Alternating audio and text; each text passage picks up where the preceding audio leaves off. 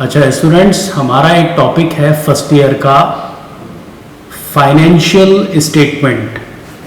बहुत सारे स्टूडेंट्स मुझसे इस बारे में बार बार कह रहे थे कि मैसेज पर मुझसे कि सर ज़रा फाइनेंशियल स्टेटमेंट का दोबारा एक हमें ओवरव्यू दे दें कि आपने थोड़ा रिवीजन करवा दें ताकि हम क्लासेस को आपकी ज्वाइन करें, ऑनलाइन क्लासेस को, तो स्टूडेंट्स देखें।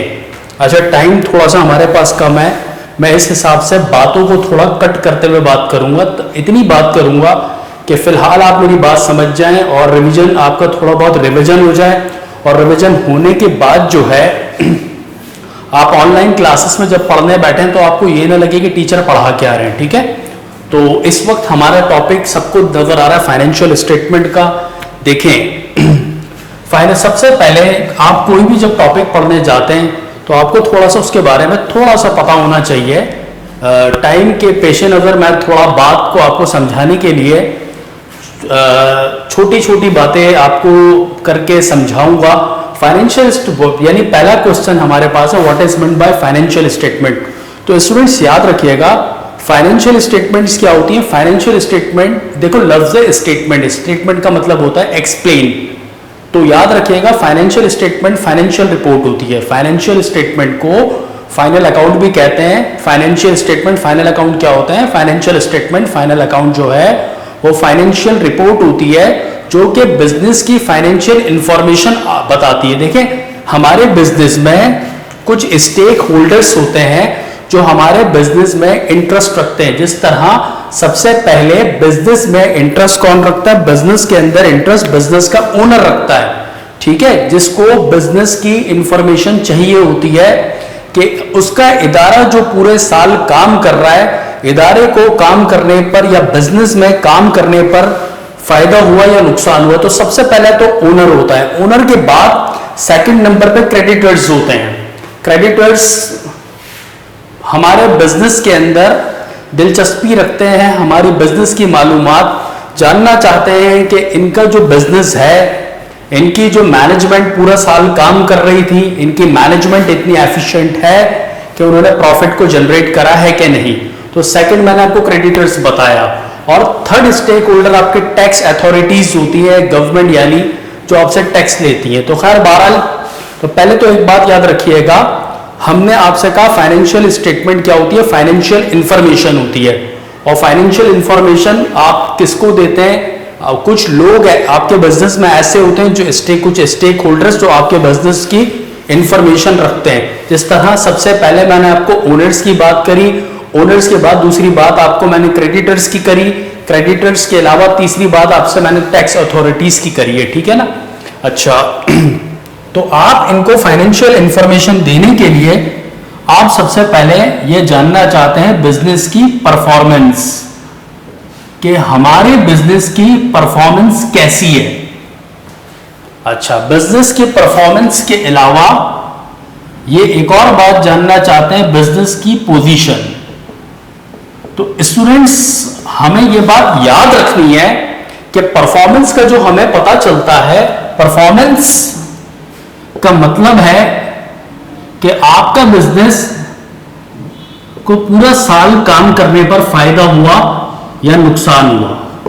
परफॉर्मेंस का मतलब क्या बताया? हमारे बिजनेस को पूरा साल काम करने पर प्रॉफिट हुआ या लॉस हुआ। ठीक है, और दूसरा आपके पास है पोजीशन। देखिए, पोजीशन में हमें अकाउंटिंग इक्वेशन आपको पढ़ाई थी, अगर स्टूडेंट्स आपको याद हो, assets is equal to liabilities plus capital. तो याद रखिएगा, ये इक्वेशन से हमें बिजनेस की फाइनेंशियल पोजीशन पता चलती है।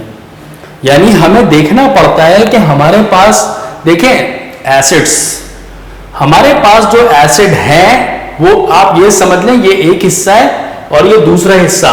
यानी हमारे बिजनेस के पास जो एसेट है वो ओनर की खुद की इन्वेस्टमेंट है या फिर वो किसी से कर्जा लेकर वो एसेट को फाइनेंस कर रहा है, किसी से फाइनेंस करवा के वो एसेट लेकर आया। तो याद रखिएगा, ये एसेट्स, ये असल में आपको बताता है एसेट्स के बारे में। यानी आप ये समझ लें, ये आपके बिजनेस की बैलेंस शीट की दो साइड्स, यानी पोजीशन आपको दो साइड से पता चलती है। पहला एसेट्स और दूसरा लायबिलिटी और कैपिटल, ये पूरी कंप्लीट एक साइड है। ठीक है, यानी आपके आप ये समझ लें, ये आपके एसेट्स की हकीकत को बयान कर रहा है, या आपके एसेट्स की हकीकत को बयान कर रहा है कि जो आपके पास बिजनेस के अंदर एसेट्स हैं, वो एसेट जो है आप ओनर खुद इन्वेस्ट करके लेकर आया है या उसने कर्जा लेके ये एसेट बनाए। समझ आ रही है बात? तो याद रखिएगा ये यही वाली साइड है, ये एसेट्स की साइड को ये साइड, ये वाली साइड एक्सप्लेन कर रही है। मेरी बात समझ आई? अच्छा, अब याद रखिएगा बिजनेस के प्रॉफिट और लॉस जो हमें बताते हैं, बिजनेस के प्रॉफिट और लॉस को कैलकुलेट करने के लिए जो स्टेटमेंट हम बनाते हैं स्टूडेंट्स, उस स्टेटमेंट को हम कहते हैं इनकम स्टेटमेंट। और बिजनेस की फाइनेंशियल पोजीशन जानने के लिए जो हम बनाते हैं उसको हम कहते हैं बैलेंस शीट। तो याद रखें, जो हमें बिजनेस की फाइनेंशियल पोजीशन के बारे में बताते हैं उसको हम फाइनेंशियल परफॉर्मेंस के बारे में बताते हैं। फाइनेंशियल परफॉर्मेंस में हमें, यानी हम जो हमारा ओनर या हमारे क्रेडिटर्स ये बात जानना चाहते हैं कि इस इदारे को फायदा हो रहा है या नुकसान हो रहा है, तो ये बात जानने के लिए आप बनाते हैं इनकम स्टेटमेंट। और बिजनेस की फाइनेंशियल पोजीशन को देखने के लिए जो आप बनाते हैं उसको आप कहते हैं बैलेंस शीट। अच्छा, तो अब मैं मजीद बातों को आगे बढ़ाता हूं और आपको समझाता हूं इसके अंदर। देखें, अकाउंटिंग में स्टूडेंट्स 5 हेड्स ऑफ अकाउंट आपके पास होते हैं: एसेट्स, लायबिलिटीज, ओनर्स इक्विटी और रेवेन्यू और आपका एक्सपेंसेस। तो याद रखिएगा, अब मैं इनकम स्टेटमेंट पे बात कर रहा हूं, तो इनकम स्टेटमेंट में आप क्या कैलकुलेट करते हैं? आप कैलकुलेट करते हैं प्रॉफिट एंड लॉस, ये चीजें आप कैलकुलेट करते हैं। तो अब इसको कैलकुलेट करने के लिए प्रॉफिट और लॉस को आपको बिजनेस के रेवेन्यूज पता होने चाहिए और बिजनेस के एक्सपेंसेस आपको पता होना चाहिए। जब आप अपने रेवेन्यूज में से एक्सपेंसेस को माइनस करेंगे तो आपके पास जो आंसर आएगा या तो प्रॉफिट होगा या फिर लॉस होगा। रेवेन्यू क्या होता है तो मैंने वैसे तो बेसिक क्लासेस में पढ़ाया है, लेकिन अभी ओवर रिव्यू देने के लिए, रिवीजन के लिए मैं आपको फिर बता दूं, रेवेन्यूज बेटा वो अमाउंट होता है जो हम बिजनेस के अंदर जो इनकम हम अर्न कर लें। इनकम अर्न मीन्स या अर्न इनकम मीन्स रेवेन्यू।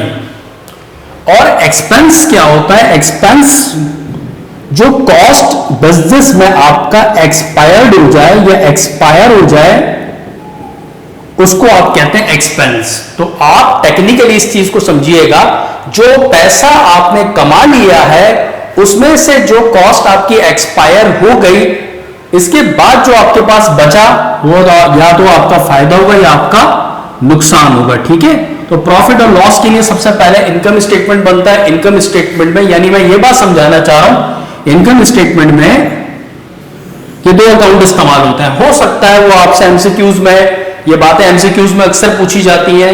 कौन सी बात है सर? बेटा देखें, मैं आपको यहां पर क्या बता रहा था, जो स्टेटमेंट आपको बिजनेस की फाइनेंशियल परफॉर्मेंस के बारे में बताए उस स्टेटमेंट को आप क्या कहते हैं? Income statement. और जो आपके बिजनेस के फाइनेंशियल पोजीशन के बारे में बताए उसको आप क्या कहते हैं? उसको आप बैलेंस शीट कहते हैं। एक तो मैंने आपको ये बात बताई, दूसरी ये बात यहां पर बताना चाह रहा हूं स्टूडेंट्स आपको कि देखें, मैंने 5 हेड्स ऑफ अकाउंट यहां पर लिखे: assets, liabilities, owners equity, revenue, expense. ठीक है, तो मैंने आपको यहां पर बताया प्रॉफिट और लॉस को कैलकुलेट करने का फॉर्मूला, रेवेन्यू में से एक्सपेंस को माइनस करते हैं तो जो आंसर आता है या तो प्रॉफिट होता है या फिर वो लॉस होता है। तो मैंने आपको ये चीज बताई। इसके बाद रेवेन्यू का मतलब बताया। रेवेन्यू का मतलब है इनकम अर्न, यानी जो पैसा हम कमा लें वो हमारे लिए रेवेन्यू है, और जो कॉस्ट एक्सपायर हो जाए वो हमारे लिए एक्सपेंस है। तो मैंने आपको ये बताया कि इनकम स्टेटमेंट में 2 अकाउंट इस्तेमाल होंगे, रेवेन्यू और एक्सपेंस। तो वो आपसे एमसीक्यूज में बात पूछ सकता है, revenue and expenses account is used for, तो याद रखिएगा, कैलकुलेटिंग द प्रॉफिट और loss and used in income statement, यानी प्रॉफिट और लॉस के लिए यूज किए जाते हैं, प्रॉफिट और लॉस को कैलकुलेट करने के लिए। और दूसरा किस में यूज होता है? तो इनकम स्टेटमेंट में यूज होता है। तो याद रखिएगा, रेवेन्यू और एक्सपेंस की मदद से जो स्टेटमेंट आप बनाते हैं उस स्टेटमेंट को आप कहते हैं इनकम स्टेटमेंट, और बाकी बाकी आपके पास तो ये बचे एसेट्स, लायबिलिटीज और ओनर इक्विटी। इनको यूज करते हुए जो चीज आप बनाते हैं उसको आप कहते हैं, ये आप बेसिक अकाउंटिंग इक्वेशन में पढ़कर आए, balance sheet account, balance sheet sorry, they all are known as a balance sheet account.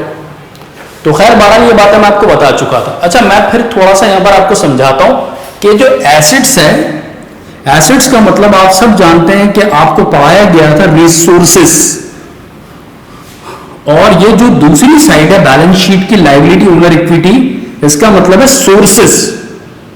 यानी आप इस बात को ऐसे कह सकते हैं, फ्रॉम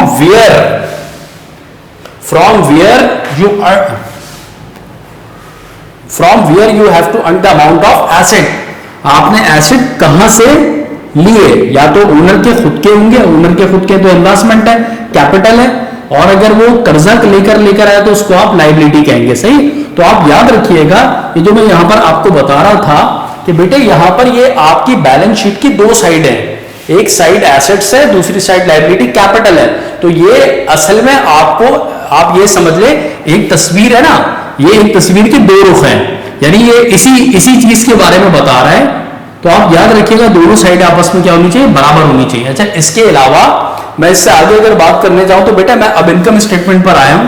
तो इनकम स्टेटमेंट यार, अच्छा फिर एक चीज यहां पर कंटिन्यू कर देता हूं कि जो हम फाइनेंशियल स्टेटमेंट का मतलब what is meant by financial statement आपको क्या बताया, जिसमें आपको बिजनेस की फाइनेंशियल रिपोर्ट जो आपको दे, जो बिजनेस की फाइनेंशियल स्टेटमेंट आप फाइनेंशियल रिपोर्ट को कहते हैं। तो याद रखिएगा रिपोर्ट में आप दो चीजें देखते हैं, क्या देखते हैं, फाइनेंशियल परफॉर्मेंस और फाइनेंशियल परफॉर्मेंस बिजनेस की, और फाइनेंशियल पोजीशन।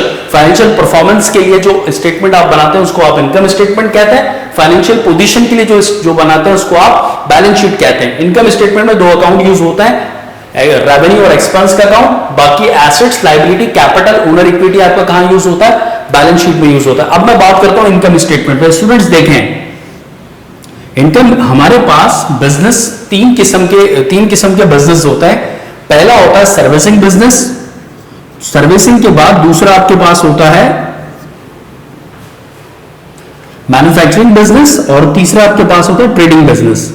तो मैं जो यहां पर इनकम स्टेटमेंट की बात करूंगा वो आपसे बात करूंगा ट्रेडिंग, सर्विसिंग और ट्रेडिंग की बात करूंगा, यानी मैं मैन्युफैक्चरिंग को बात नहीं करना चाह रहा, क्योंकि आपका जो फर्स्ट ईयर का कोर्स है, उस फर्स्ट ईयर के कोर्स के अंदर आप मैन्युफैक्चरिंग ऑर्गेनाइजेशन या मैन्युफैक्चरिंग बिजनेस के बारे में नहीं है।